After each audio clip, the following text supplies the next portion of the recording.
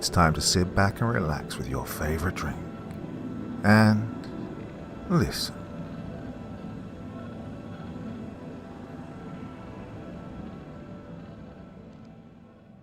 The Moonweed by Harl Vincent.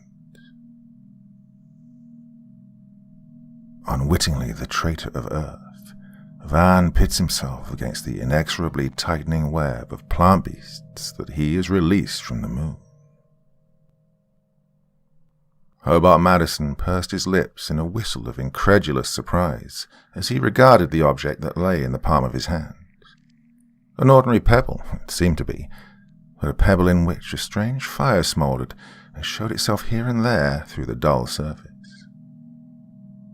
"Would you mind repeating what you just said, Van?" he asked. "You heard me the first time. I said that's a diamond, and that it came from the moon." Carl Vanderventer glared at his friend in resentment of his doubting tone. "You mean to tell me you've been there? To the moon?" "Well, certainly not. I'm not a Jules Verne adventurer, but I'm telling you that stone is a diamond of the first water, and that it came from the moon. Weighs over 100 carats, too. You can have it appraised yourself if you think I'm kidding you." Bart Madison just laughed. "Oh, don't get sore, Van," he said. "I'm not doubting your word, but, Lord, man, the thing's so incredible. It takes a little time to soak in. And you say there are more?" "Sure. This one's the largest of 5 I've found so far. And there's other stuff, too. Wait till you see. Fossils, beetles and things. I tell you, Bart, the moon was inhabited at one time. I have the evidence, and I want you to be the first to see it." The eyes of the young scientist shone with excitement as he saw that his friend was roused to intense interest. "So that's what all your experimenting has been aimed at. No wonder it costs so much." "Yeah, and you've been a brick for financing me. Never asked a question either. But, Bart, it'll all come back to you now. You know how much that stone's worth?" "Oh, plenty, I guess, but forget about the financing and all that. Where's this laboratory of yours?" Madison had pushed his chair back from his desk and was reaching for his hat. "Over in the Ramapo Mountains, not far from Tuxedo. I'll have you there in 2 hours. Sure you can spare the time to go out there now?" Vanderventer was enthusiastically eager. "Spare the time? Well, you just try and keep me from going." Neither of them noticed the sinister figure that lurked outside the door which led into the adjoining office. They chatted excitedly as they passed into the outer hall and made for the elevator. Vanderventer's laboratory was a small dome structure set in a clearing atop the mountain and well hidden from the winding road which was the only means of approach.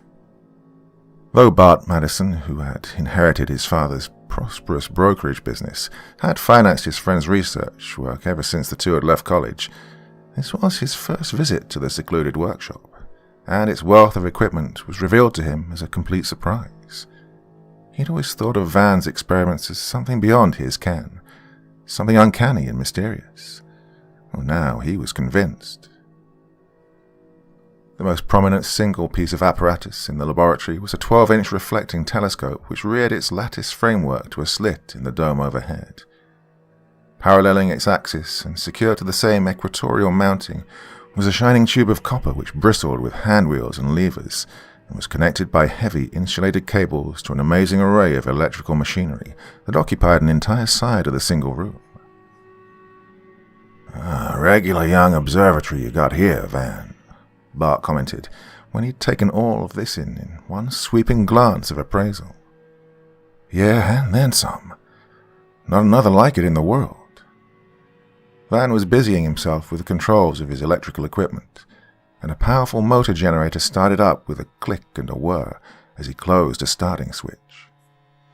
Madison watched in silence as the swift-fingered scientist fussed with the complicated adjustments of the apparatus, and then turned to the massive concrete pedestal on which his telescope was mounted. At his touch of a button, the instrument swung over on its polar axis to a new position. The slit in the dome was open to the afternoon sky, revealing the lunar disk in its daytime faintness. You can see it just as well in the daylight? Bart asked as his friend peered through the eyepiece of the telescope and continued his adjustments. Sure. The surface is just as bright as at night. Doesn't seem so to your eye, but it's different through the telescope. Here, take a look. Bart squinted through the eyepiece and saw a huge crater with a shadowed spire in its center. Like a shell hole in soft earth it appeared, a great splash that had congealed immediately as it was made. The crosshairs of the eyepiece were centered on a small circular shadow near its inner rim. That, Van was saying, is a prominent crater near the Mare Nubium. The spot under the crosshairs is that from which I've obtained the diamonds, and other things. Now, watch this, Bart. The young broker straightened up and saw that his friend was removing the cover from a crystal bowl that was attached to the lower end of the copper tube that pointed to the heavens at the same ascension and declination as the telescope. The air of the room vibrated to a strange energy when he closed a switch that lighted a dozen vacuum tubes in the apparatus that lined the wall. You say you bring the stuff here with a light ray? He asked. No, I said with the speed of light. The tube projects a ray of vibrations, like directional radio, and this ray has a component that disintegrates the object it strikes and brings it back to us as dissociated protons and electrons, which are reassembled in the original form and structure in this crystal bowl. Here, watch. A misty brilliance filled the bowl's interior. Intangible, shadowy forms seemed to be taking shape within a swirling maze of ethereal light that hummed and crackled with astounding vigor. And then, abruptly, the apparatus was silent and the light gone, revealing an odd object that had taken form in the bowl. A starfish, Bart gasped. Yeah, fossilized. Van handed it to him, and he took it in his fingers gingerly, as if expecting it to burn them. Oh, the thing was undoubtedly a starfish, and of light spongy stone.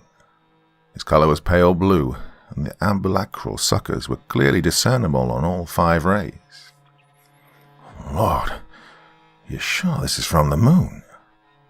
Bart turned the starfish over in his hand and gazed stupidly at his friend. Certainly it is. You think I had it up my sleeve? But here, watch again. There's something else. The crackling misty light again filled the bowl. Suppose, Bart ventured, you bring in something large, big as a house, let's say. What would it do to your machine? Well, I can't. The ray will only pick up stuff that'll enter the bowl. Oh, look, here's the next arrival.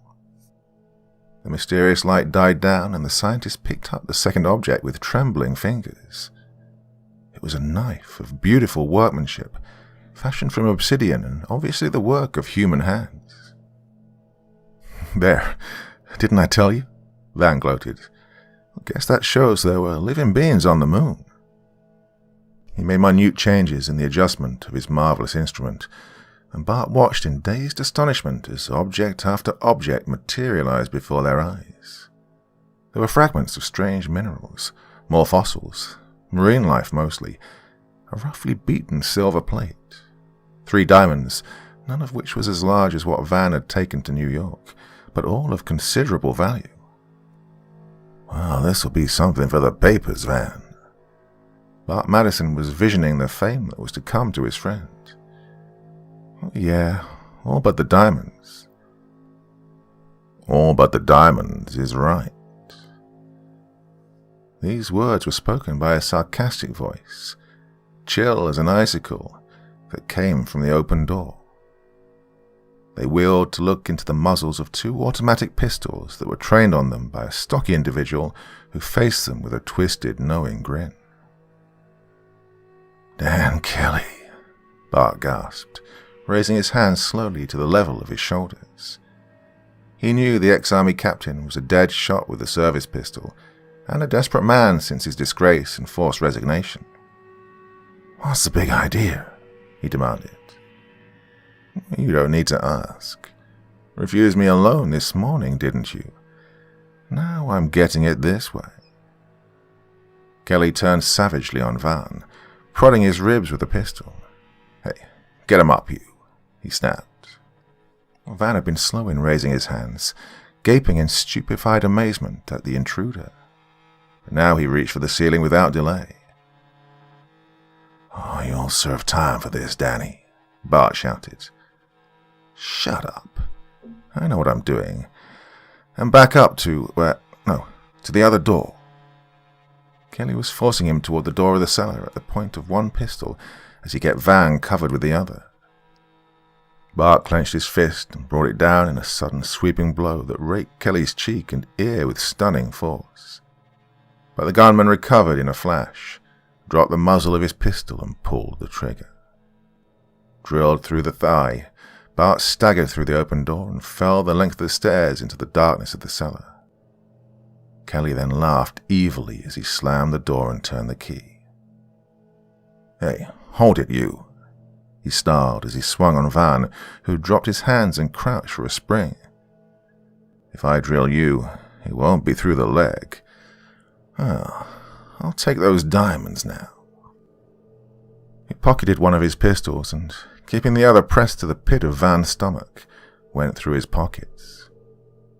Then he added those on the tray by the crystal bowl to his collection, and he transferred the entire lot to his own pocket. "Now, you clever engineer," he grinned. "We'll just operate this trick machine of yours for a while and collect some more. You, get to it." He watched narrowly as Van stretched his fingers to the controls. "No monkey business either," he grated. "You'll not change a single adjustment. I've been listening to you, and I know the clock of the telescope is keeping the ray trained on the same spot. You just operate that ray and nothing else, understand?" Well, Van didn't think it expedient to tell him of the drift caused by inaccuracies in the clock and perturbations of the moon's motion. He was playing for time, trying to plan a course of action. "Look, there may not be any more diamonds," he offered as he tripped the release of the ray. "Oh, there'll be more. Don't try and kid me."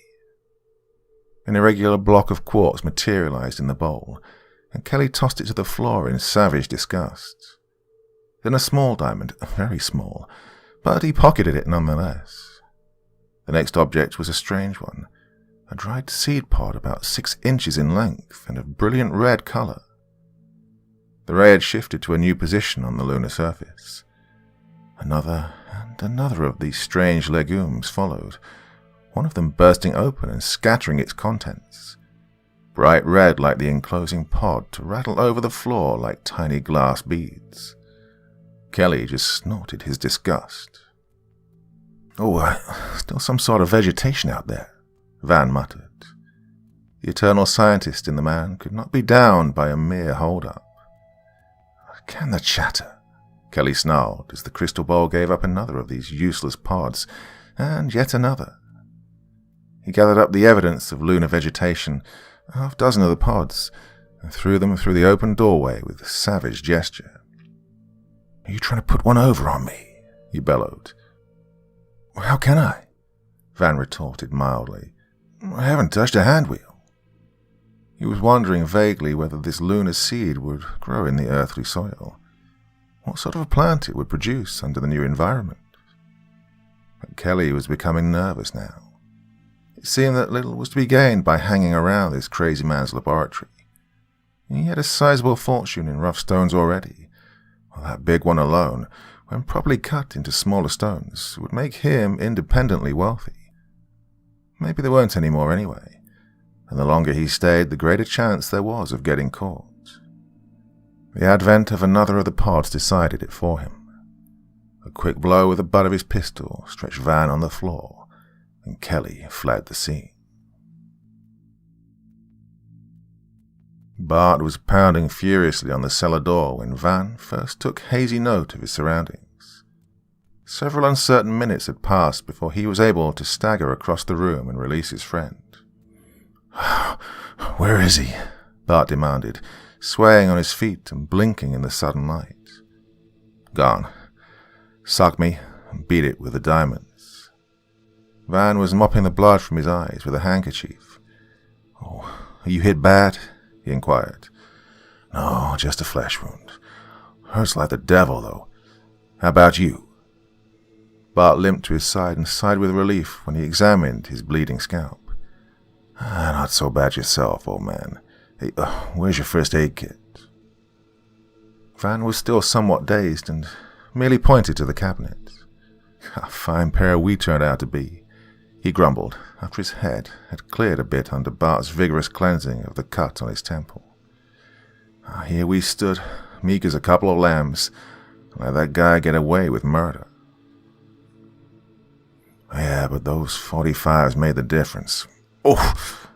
Bart winced as his friend poured fresh iodine over the wound in his leg. "God, have a heart, will you?"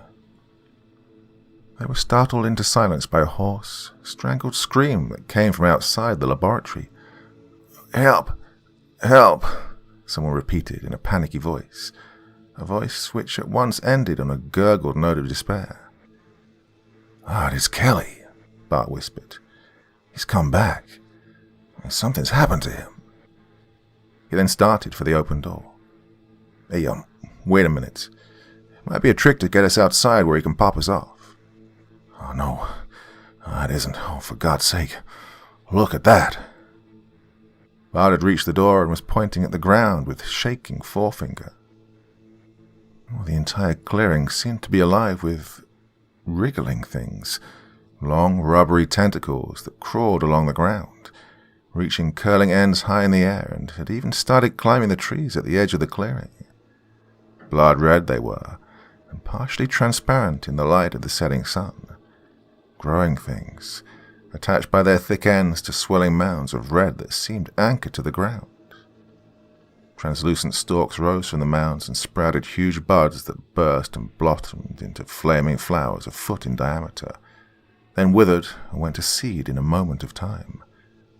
But always the weaving tendrils shot forth with lightning speed, reaching and feeling their uncanny way along the ground and over tree stumps into the woods. One of them emerged from a hollow stump with its slender end coiled around the tiny body of a chattering grey squirrel. "God, the moonflowers!" Van cried. "Well, what do you mean, moonflowers?" "Dried seed pods. They came over into the bowl, and Kelly threw them out. Oh, God, now look at the damn things. They're alive." Kelly's voice came to them once more from behind the barrier of rapidly growing vegetation. "Help!" he screamed. "I'll give back the diamonds, anything. Just get me away from these things." "We ought to just let them get him," Van growled. Bart shivered. "Too horrible, Van. Hey, got an axe or anything?" "Yeah, there's a hatchet around the back. Maybe we can—" But the young broker had already scuttled around the corner of the building, and Van looked after him anxiously. The vile red tendrils were reaching the east wall of the laboratory, and he saw that their inner surfaces were covered with tiny suckers like those of the arms of a devilfish. Carnivorous plants, undoubtedly, these awful half-animal, half-vegetable things whose seed had been transported across 250,000 miles of space. Man-eaters, deadly, and growing with incredible speed. Not even the short-lived flowers were fearsome, as they opened their scarlet, pansy-like faces and stared a moment before they folded up and shriveled into the seed cases like those that had materialized in the crystal bowl. Then he noticed that the pods were opening and spreading more of the terrible seeds. Nothing could stop this weird growth now. It would cover the country like a sea of flaming horror, overcoming and devouring every living thing. Cold fear clutched at Van as he realized the enormity of the calamity that had come to the earth. Bart was skirting the edge of the clearing with a hatchet in his hand, and Van tried to call out to him, to warn him. But his voice caught in his throat, and instead he ran to his assistance, circling the spreading menace to get around behind where Kelly was still shouting. Oh, damn Kelly, anyway. This never would have happened if he hadn't come on the scene. Kelly was in the woods now, wedged into the crotch of a tree and striking wildly at the clutching tendrils with his club pistol. They mashed easily and were dripping red, but were not to be deterred from their ghastly purpose. Kelly's time would have indeed been short, had not his erstwhile victims come to the rescue. One of the thickest of the twining things encircled his body and had him pinned to the tree. His breath was coming in gasps as its tightening coils increased their pressure. His coarse features were livid, and his eyes bulged from their sockets. Bart hacked and hacked at the rubbery growth until he had him free, jerked him from his perch, blubbering and whining like a schoolboy. His shirt had been torn from his breast, and they saw a great welt where the blood had been drawn through the pores by those terrible suckers. "Look out, Bart!" Van shouted. Another of the creeping things had come through the underbrush and was wrapping its coils around Bart's ankle. Another and another wiggled through, and soon they were battling for their own freedom. Kelly staggered off into the woods and went crashing down the hill, leaving them to take care of themselves as best they might. The stench of the viscous liquid that oozed from the injured tendrils was nauseous. It had something of a soporific effect, and the two friends found themselves fighting the terror in a growing mist of red that blinded and confused them. And then, miraculously, they were free, and Van assisted Bart as they ran through the forest. When they reached the road, weak and out of breath, they were just in time to see Kelly's roadster vanish around the bend. Yeah, he'd give back the diamonds. What an ass, Van muttered vindictively. Then, shrugging his shoulders, well, they won't be much good to him anyway. Won't be any good to us either, as far as that goes. What do you mean? Aren't they real? Bart was raising himself painfully into the seat of Van's car, his wounded leg suddenly very much in the way. Yeah, sure, they're real. But don't you realize what this thing means? This ungodly growth has started? Why, no. You mean it'll keep growing? Yep, and how? Those inner stalks drop a new batch of seeds every 5 minutes or so. And there you go. A flock of new plants spring up 10 feet from the first. Dozens of them for every pod that drops. Well, you know how geometrical progression works out. They'll cover the whole country. The whole world. God. Man alive. This is terrible. I hadn't thought of that before. What are we going to do?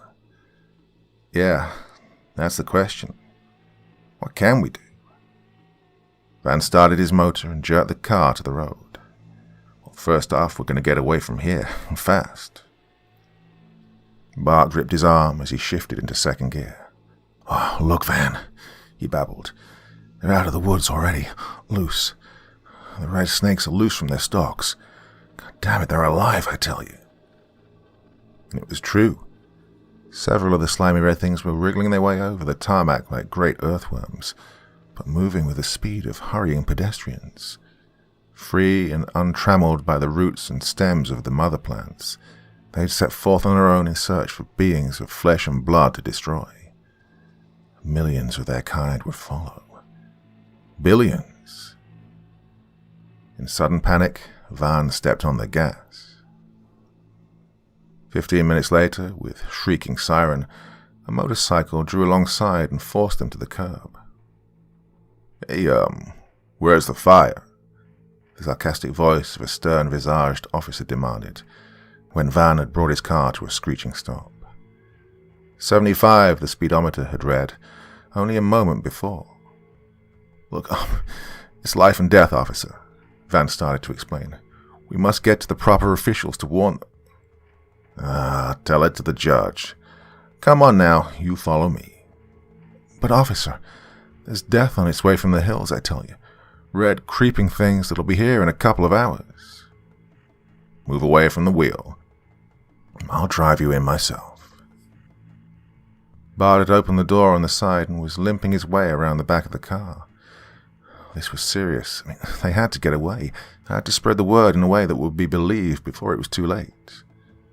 The officer was tugging at Van's arm, astonishment and black rage showing in his weather-beaten countenance. Speeding, drunk, resisting an officer. They'd never get out of this mess. But a swift uppercut interrupted the proceedings. Bart's leg was numb and stiff, but his good right arm was working smoothly, and with all its old-time precision. His second punch was a haymaker. With his full weight behind it, it drove straight to the chin and stretched the officer on the concrete. Thoughtfully, Bart removed his pistol from its holster before scrambling in at Van's side. "Oh boy, we're in for it now," he gasped. "Well, we might as well make a good job of it while we're at it." Van let in his clutch with a jerk, and soon again they were breaking all traffic regulations. It was dusk when they roared in through the gate at the Rockland County Airport and pulled up at the hangar office. Van rushed in, shouting for Bill Peterson, and Bart followed. A slender, fair-haired youth in rumpled flying togs greeted them. "Bill, it's my friend, Bart Madison," Van blurted without pausing for breath. "Listen, you gotta have a plane right away. Got one with a radio?" "Yeah, but what's all the rush? Where are you going?" "Albany, right away. Make it snappy, will you?" "Sure, but what's it all about?" Young Peterson was leading them to the field where a sleek monoplane was in waiting, as if they'd ordered it.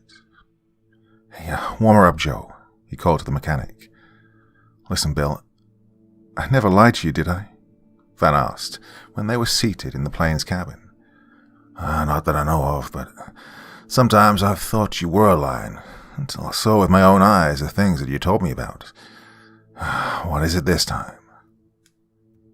"Death and destruction, coming down out of the Ramapos. We've got to warn the country. Plants, Bill. Squirmy red plants with long feelers that can twist around and devour a man.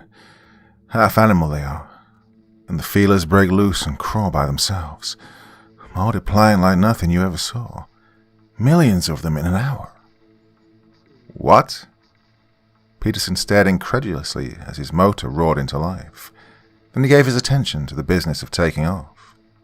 He jerked the thumb of his free hand toward the radio.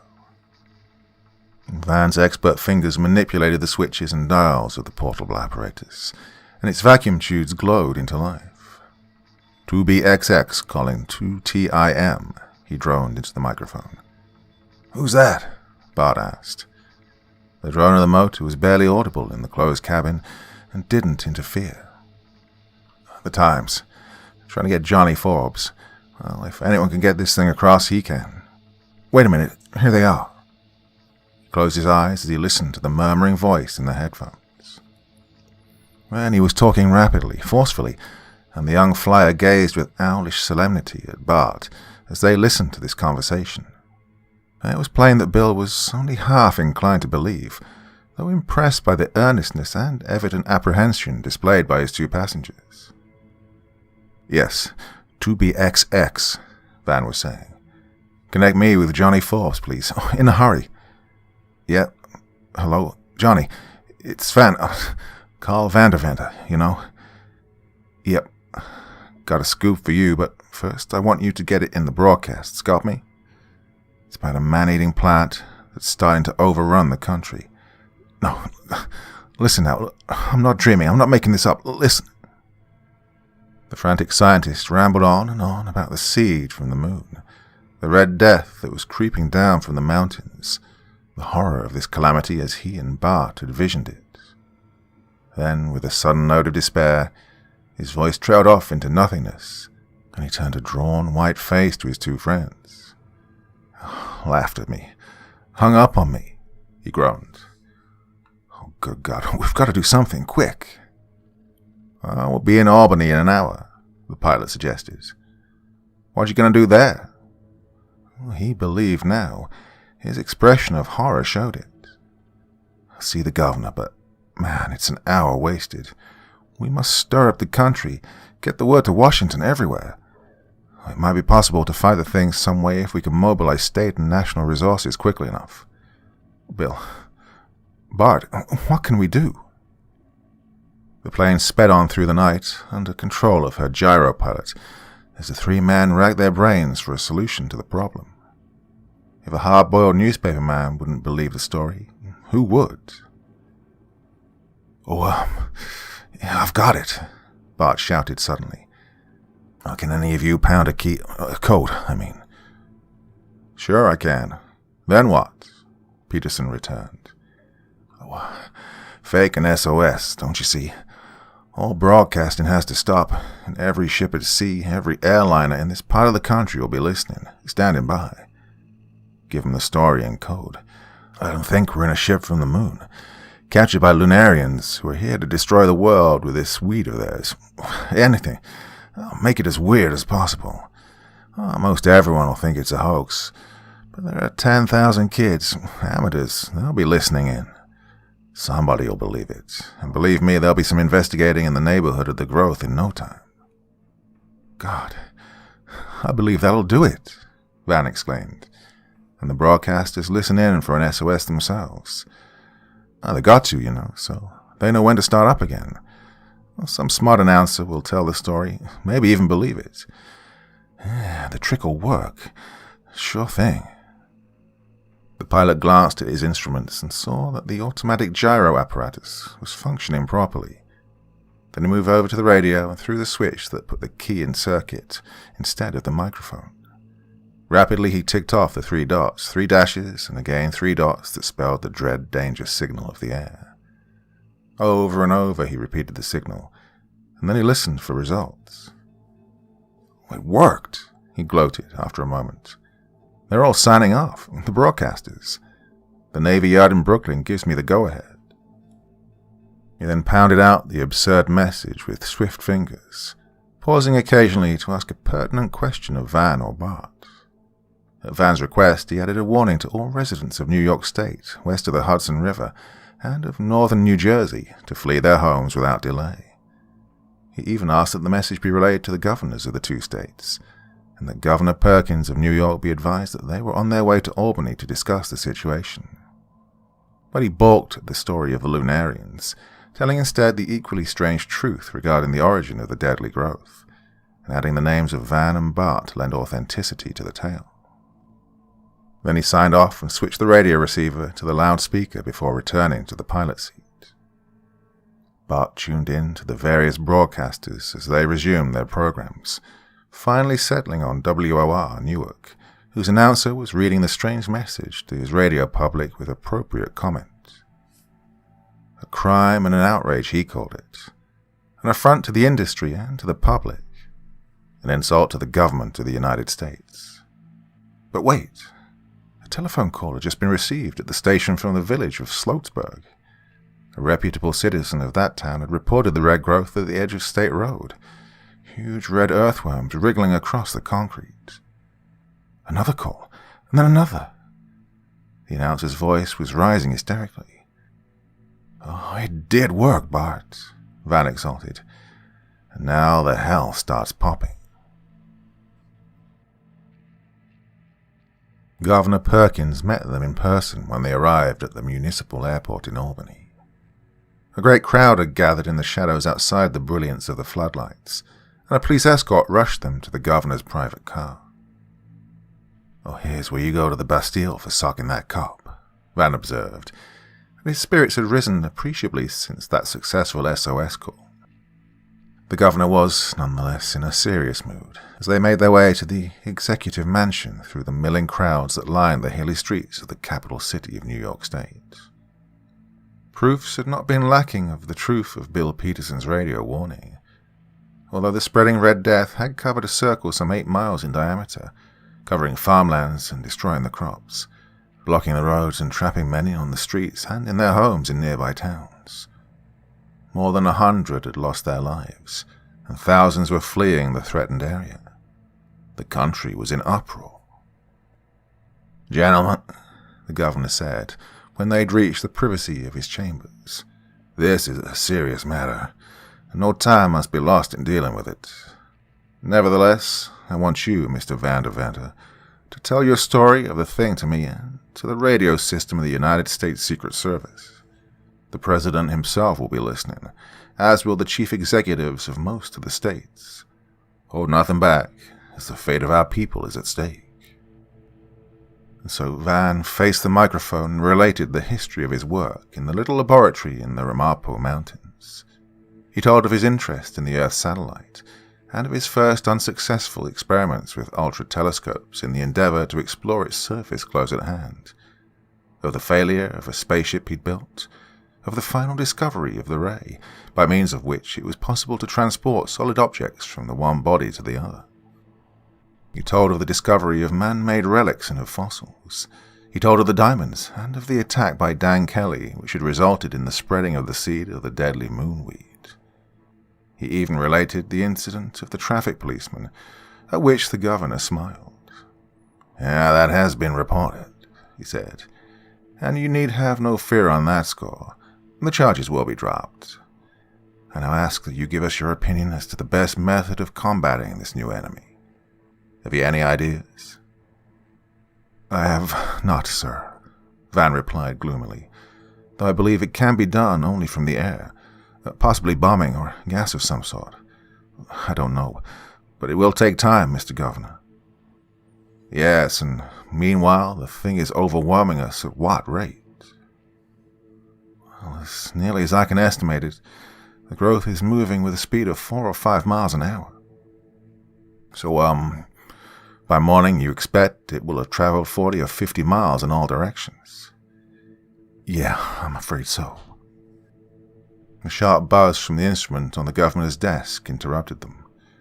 "Oh, the president," he whispered.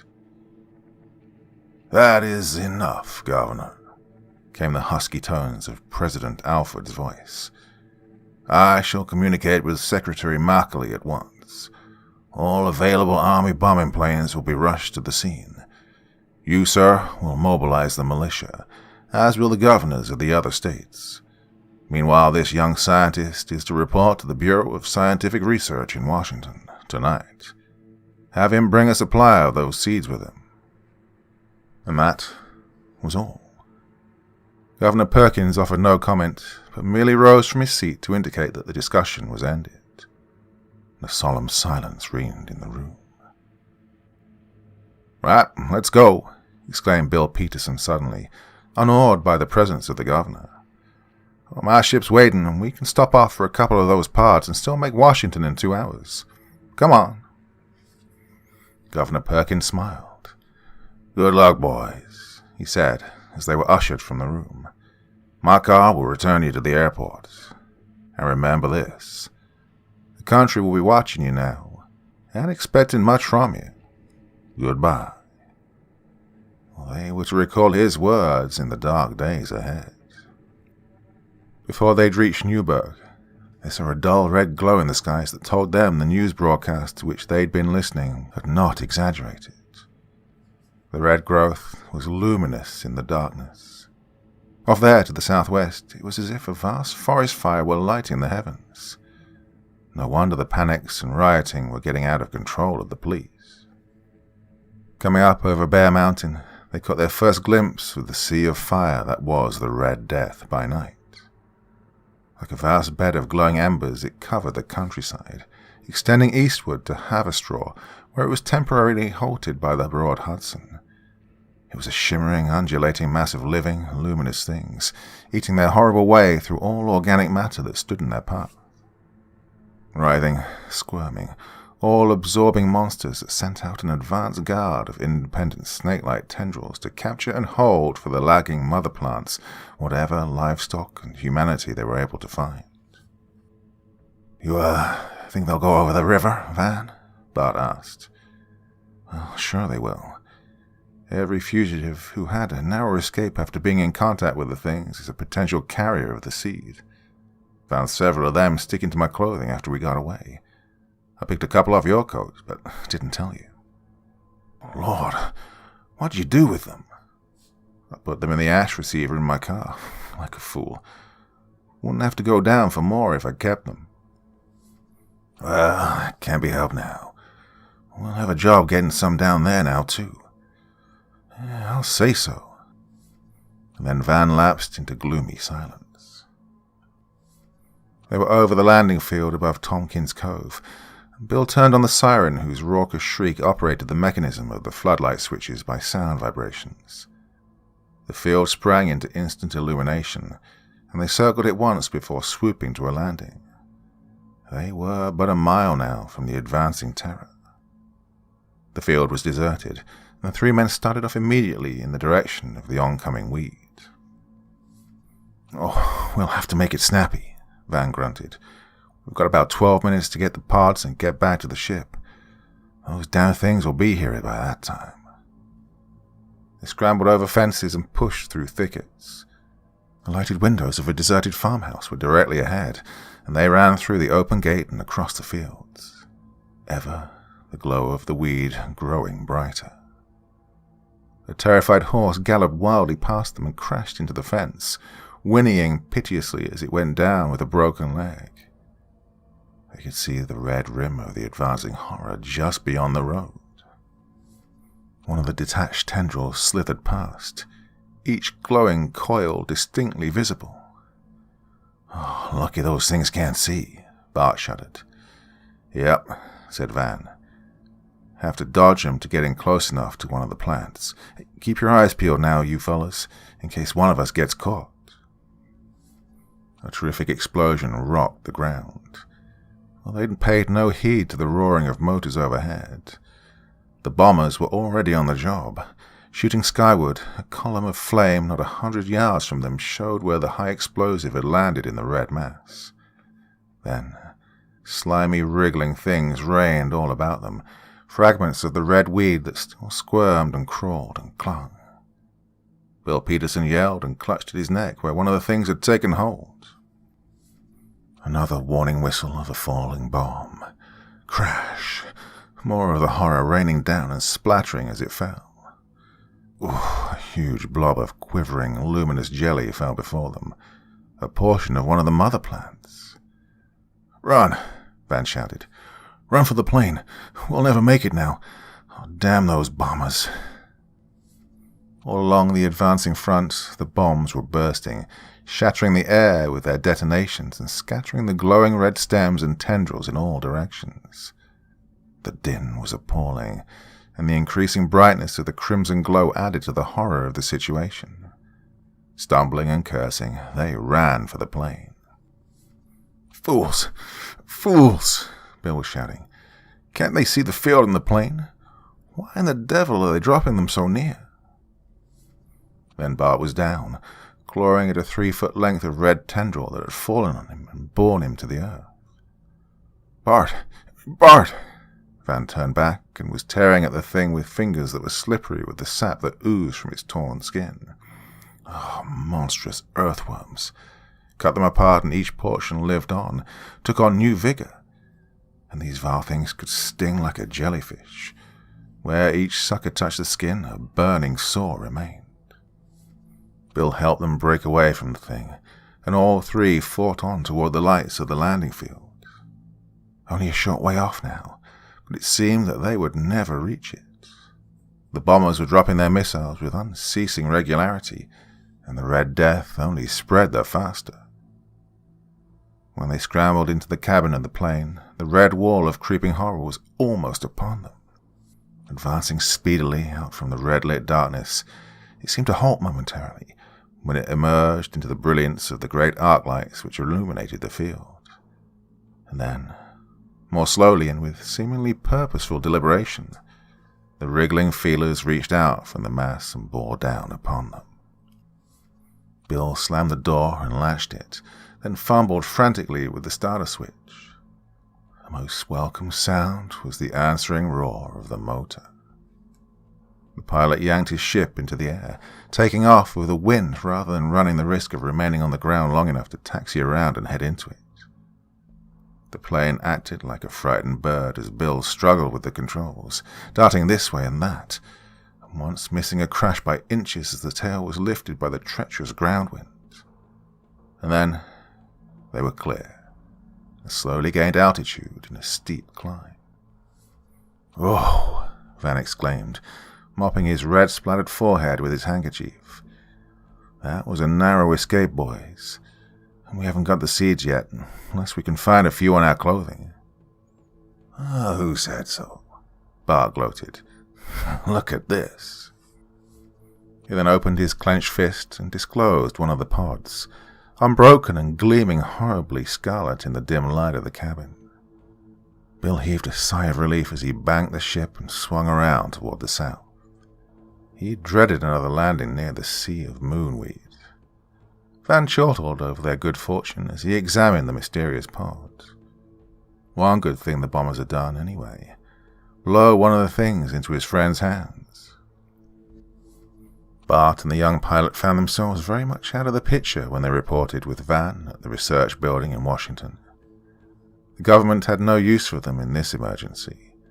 It was a scientist they wanted, and he was immediately rushed into conference with the heads of the Bureau.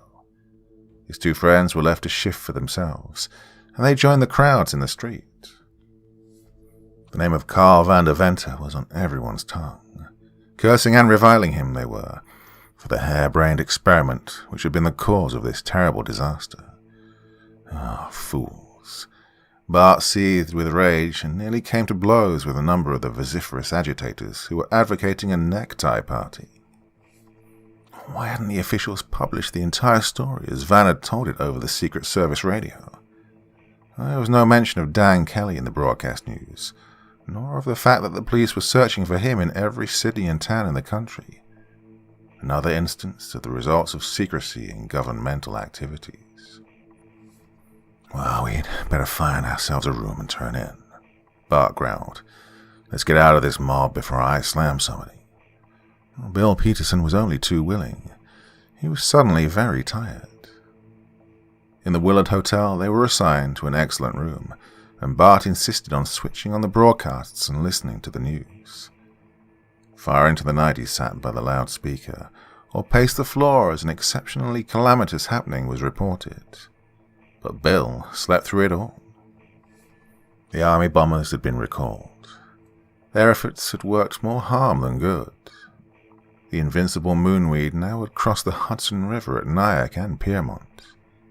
Tarrytown was overrun, and many of the inhabitants had lost their lives either in the maws of the insatiable monsters or in the panics and rioting that accompanied the evacuation of the town.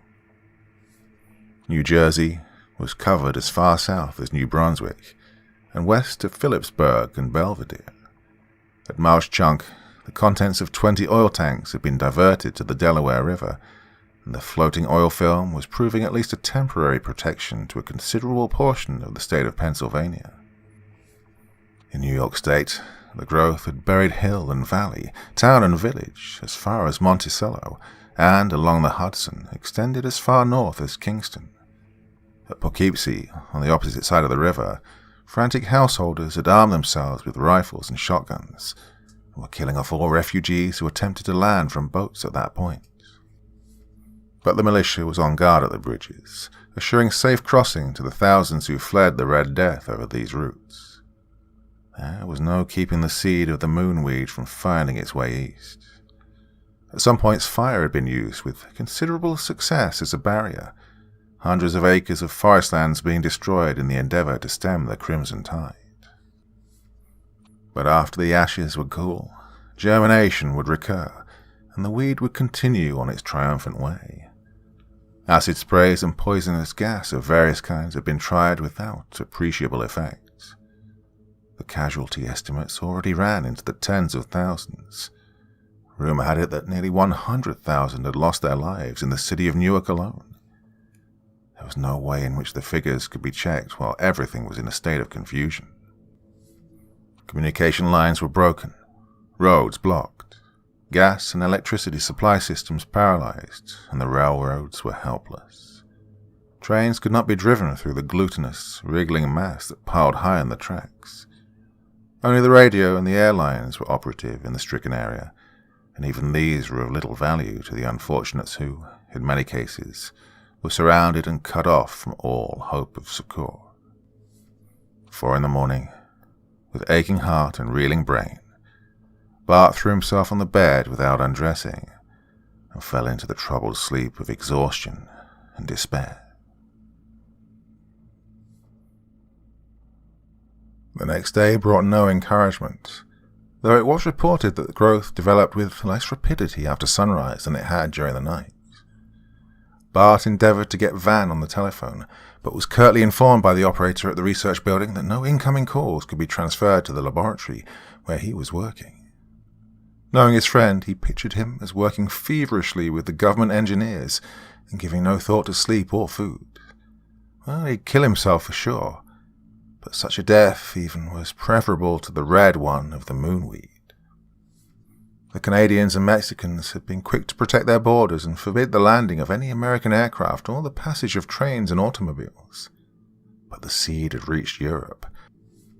One of the 12-hour night airliners having carried 1,000 refugees who had sufficient foresight and the means to engage passage. It was a world catastrophe that they faced.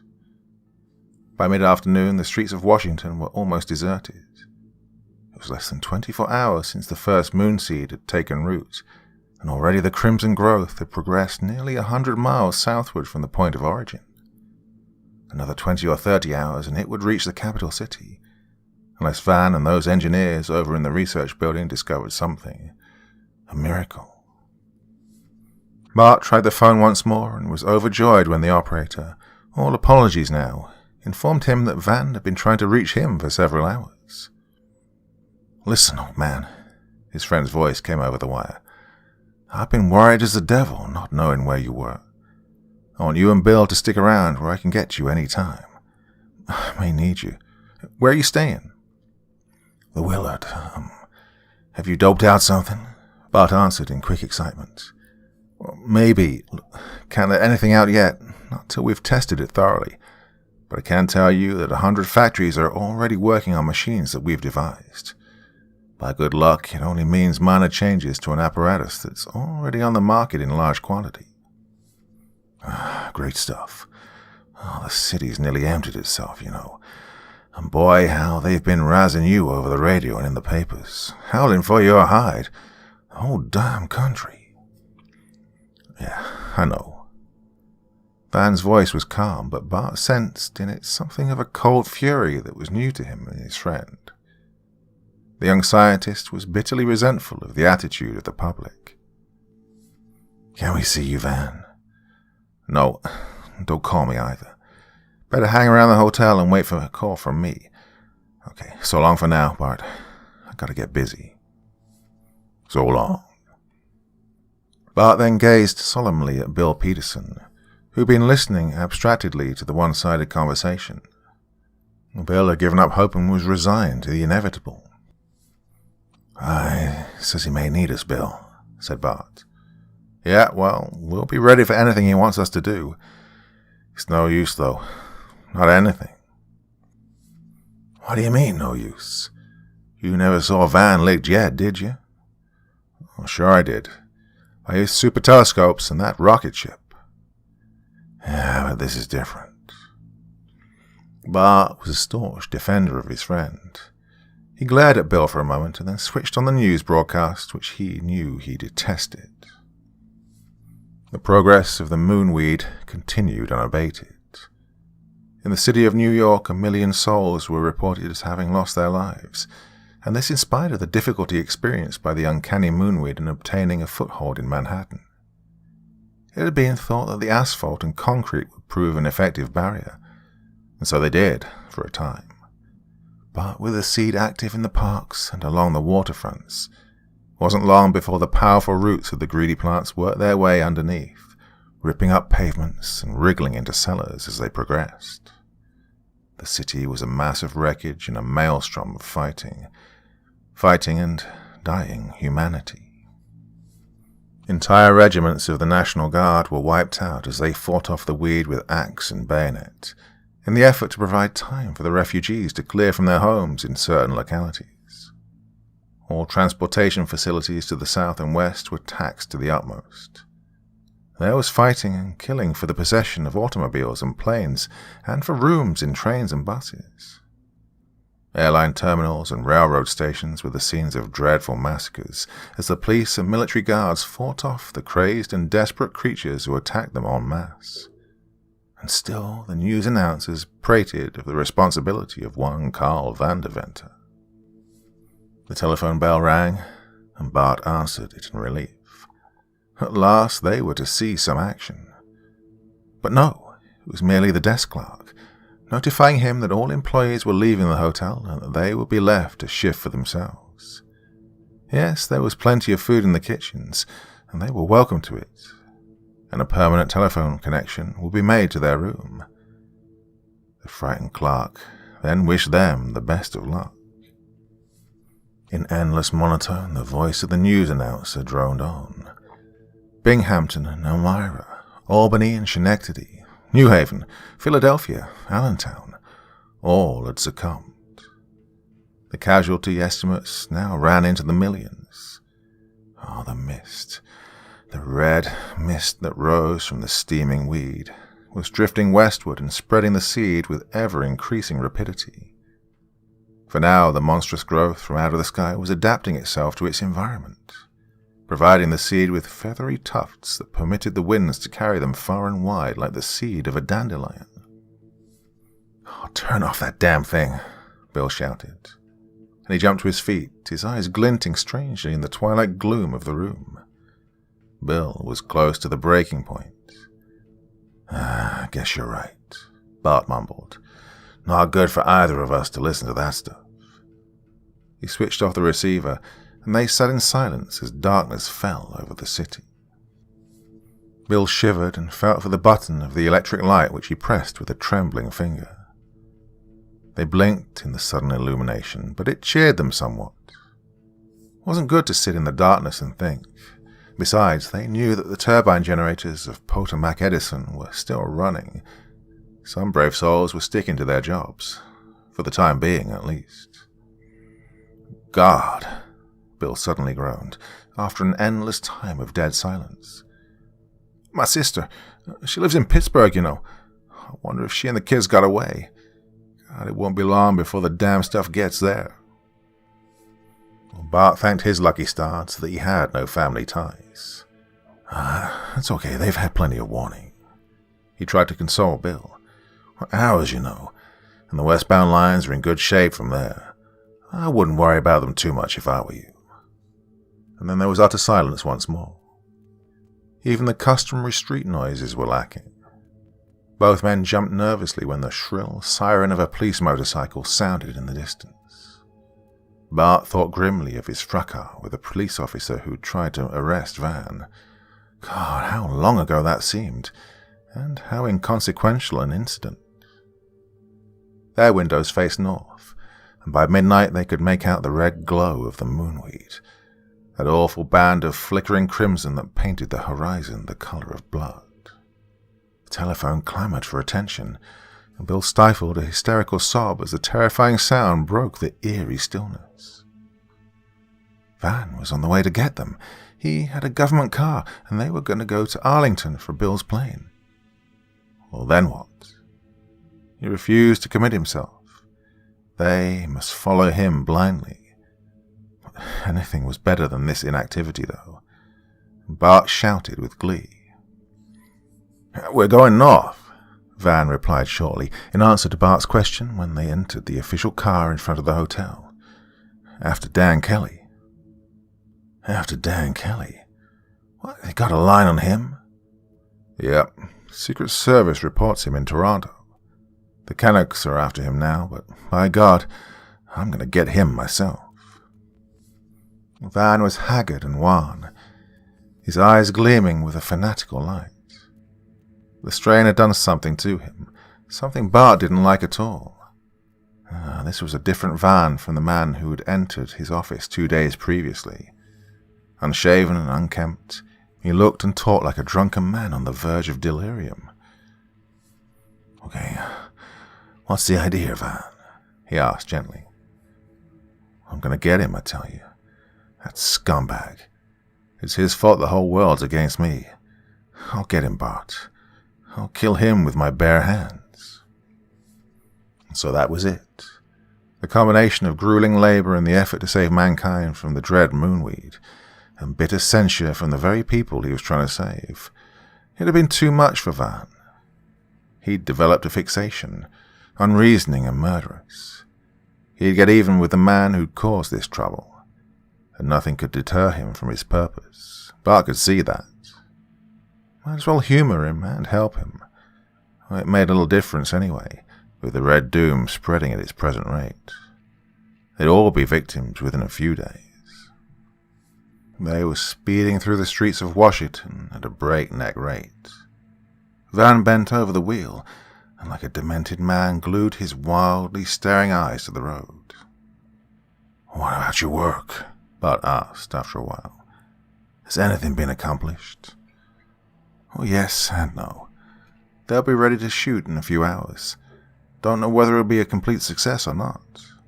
But I sneaked away anyhow. This other thing's more important to me right now." "What is it? Can you tell us now?" "Sure, I've got one of the machines in the car, and I'll explain when we're on our way to Canada." Well, this wasn't like Van. Never secretive and always in good humor. He was treating his friends like annoying strangers. "But you can't land in Canada," Bill ventured as they pulled up at the gate of the airport. "Like hell you can't. You watch my smoke and let any bloody Canuck up there try and stop me." He was lifting a small black case from the luggage carrier of the car as he replied. Bart silenced the airman with a look. When they'd taken off and were well underway, Bart opened his black case and set a vacuum tube apparatus in operation. They were nearing the fringe of the glowing sea of red that was the vast blanket of moonweed. It now extended to within a few miles of Baltimore and stretched northward as far as the eye could see. It was a cinch," Van was explaining. "When I first saw that the growth slowed up under the arc lights of Tompkins Cove, it gave me the glimmering of an idea. Then on the following day, when we learned that the weed spread more slowly in sunlight, I was convinced. The stuff is dormant on the moon, you know." "Why?" Bart asked breathlessly. "Because there's no atmosphere surrounding the moon, and the sun's rays are not filtered before they reach its surface as they are here. The invisible rays, ultraviolet and such, are present in full proportion, and the moonweed cannot flourish when subjected to light of the higher frequencies. Well, it died out when the moon lost its atmosphere, and only revived on being brought to Earth. Probably 1,000,000 more times prolific in our dense and damp atmosphere and rich soil. This thing's easy to wipe out." "Yeah?" Bart commented dryly. Van was now talking, and he could have bitten off his tongue for interrupting him. "This machine of Van's was a generator of invisible light in the ultra-indigo range," Van explained. "You couldn't see its powerful beam, but they'd proved in the laboratory that it was certain doom to the moonweed. They'd grown the stuff from seed in steel cages, and played with it until they were satisfied. And now would come the final test. 10,000 planes were being equipped with this new generator, which was merely an adaptation of standard directional television transmitters. And tonight, these would start out to fight the weed. It was as simple as that. Beneath them, the red cauldron seethed and tossed as they sped northward, the crimson blanket of death that was steadily covering the country.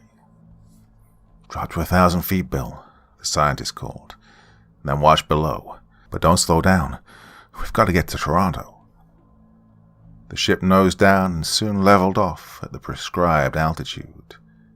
Van's vacuum tubes lighted to full brilliancy, and a black spot appeared on the glowing surface just beneath them.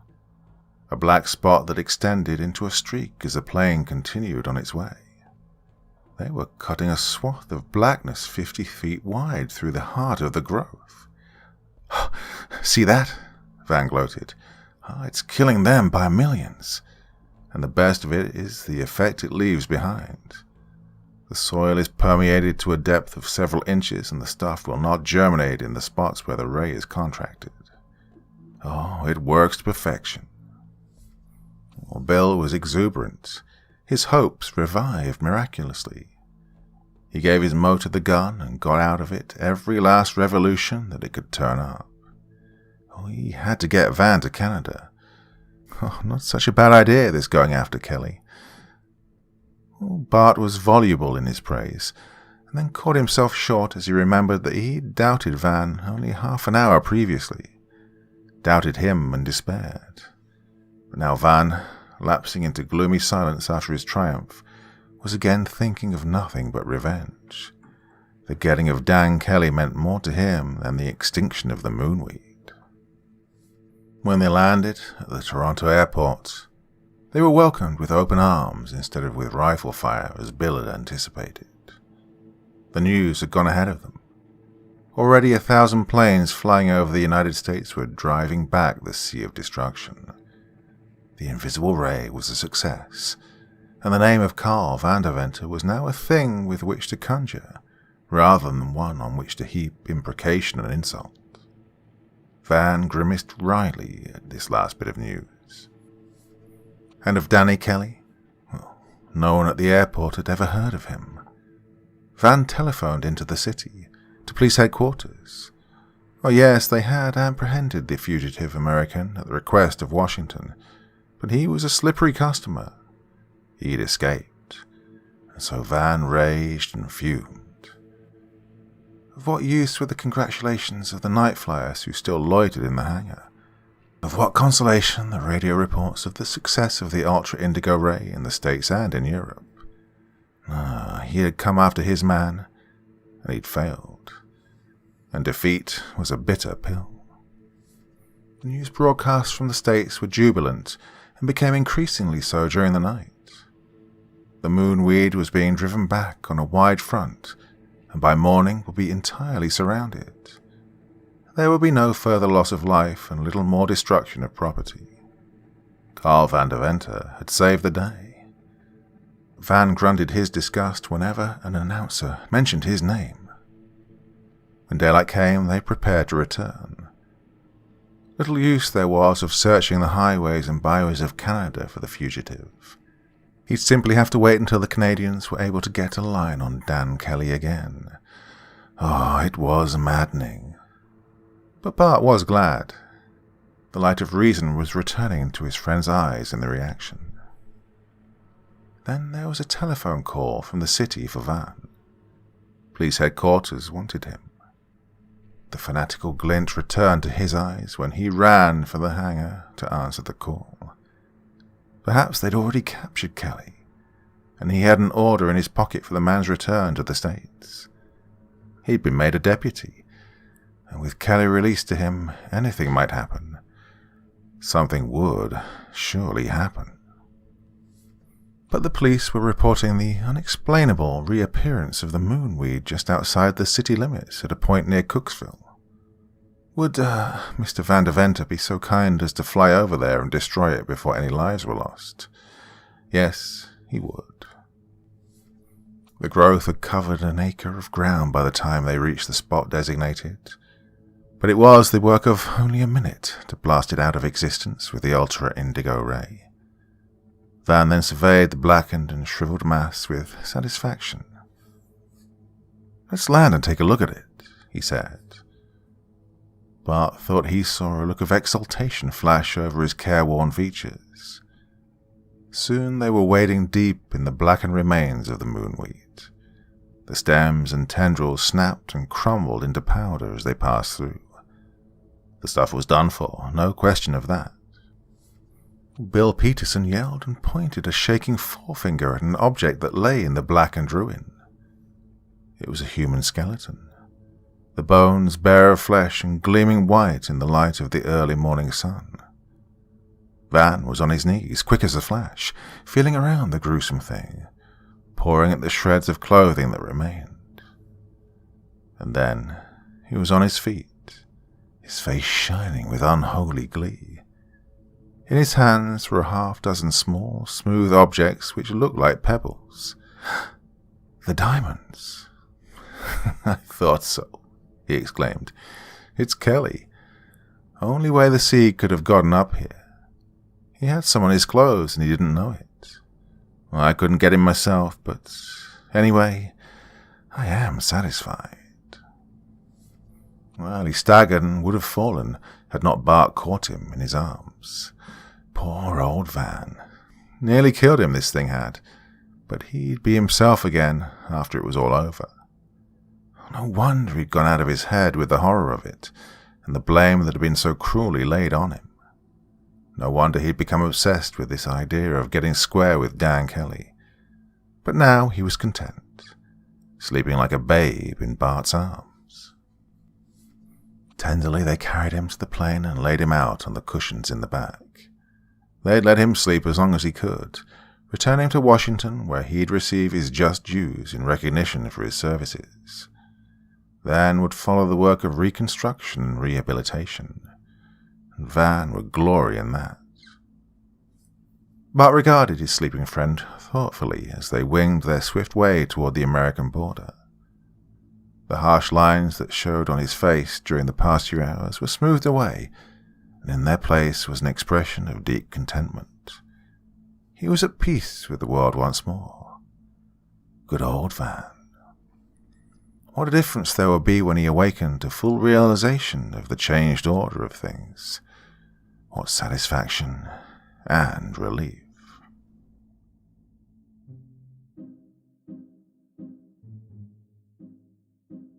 That, ladies and gentlemen, is why I'm not going to the moon.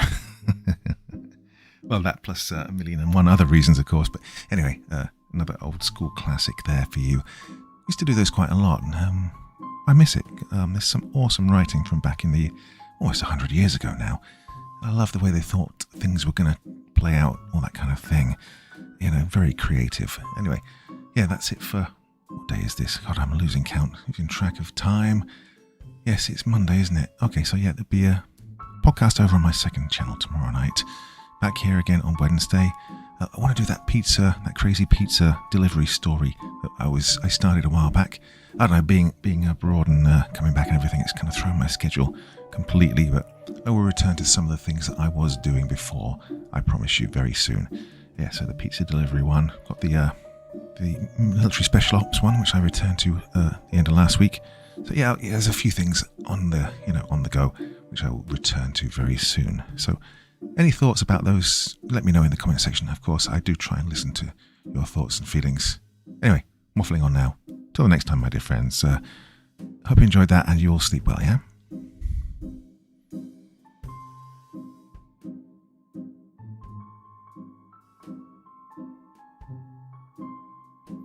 Thank you so much for taking the time to listen to this story today. It really means a lot to me and to the author of the story, of course. Well, if you want to know more about me, I'm pretty much everywhere on social media. You can find me on Facebook, Twitter, Instagram. You can download my music on SoundCloud. I've got a Patreon if you feel like. Throw me $1 or $2. Very much appreciated. And of course, on Reddit, I have a place where you can leave stories if you want me to read one that you've written. Well, hoping to see you all again very soon. Till then, sweet dreams. Bye-bye.